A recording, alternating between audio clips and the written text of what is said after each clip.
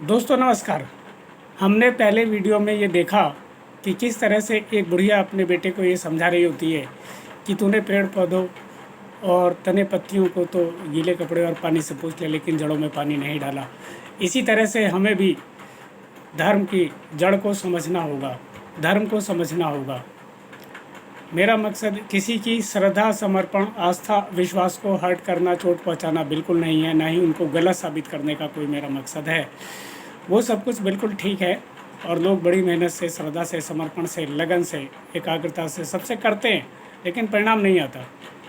तो इसलिए हमें जो है वो धर्म की जड़ को समझना आवश्यक है और धर्म की जड़ को समझने के लिए हमें संस्कृत का सहारा लेना होगा, क्योंकि संस्कृत से वैज्ञानिक भाषा अभी तक कोई नहीं बनी और धर्म और संस्कृत बहुत गहरे आपस में जुड़े हुए हैं।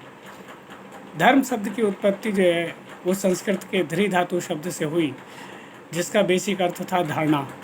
हमने धर्म में बहुत सारी चीज़ों को समझ लिया, लेकिन धारणा को कभी समझने की कोशिश नहीं की।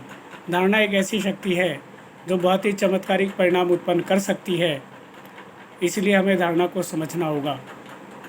हम भी इस बात का इंतजार करते हैं कि बड़े बड़े ऋषि मुनि, आचार्य, कोई साधु संत, कोई सिद्ध पुरुष हमारी किस्मत में आए, हमारे भाग्य में आए, हमारे जीवन में आए और वो हमारा जीवन बदल दे। तो दोस्तों, उसी धारणा का चमत्कारिक प्रभाव हम खुद भी अपने जीवन में उत्पन्न कर सकते हैं, बशर्ते हम धारणा को समझ लें। इसलिए धारणा को समझना आवश्यक है और हमें इतना ज्ञान तो प्राप्त करना ही होगा, जानना होगा, समझना होगा कि धारणा में आखिर ऐसा क्या छुपा हुआ है जो इतना चमत्कारिक है। इसलिए दोस्तों, अगले वीडियो में हम ये समझने का प्रयास करेंगे कि ये धारणा आखिर है क्या। तभी हम अपने जीवन में अपने कल्याण के मार्ग को प्रशस्त कर सकते हैं। धन्यवाद।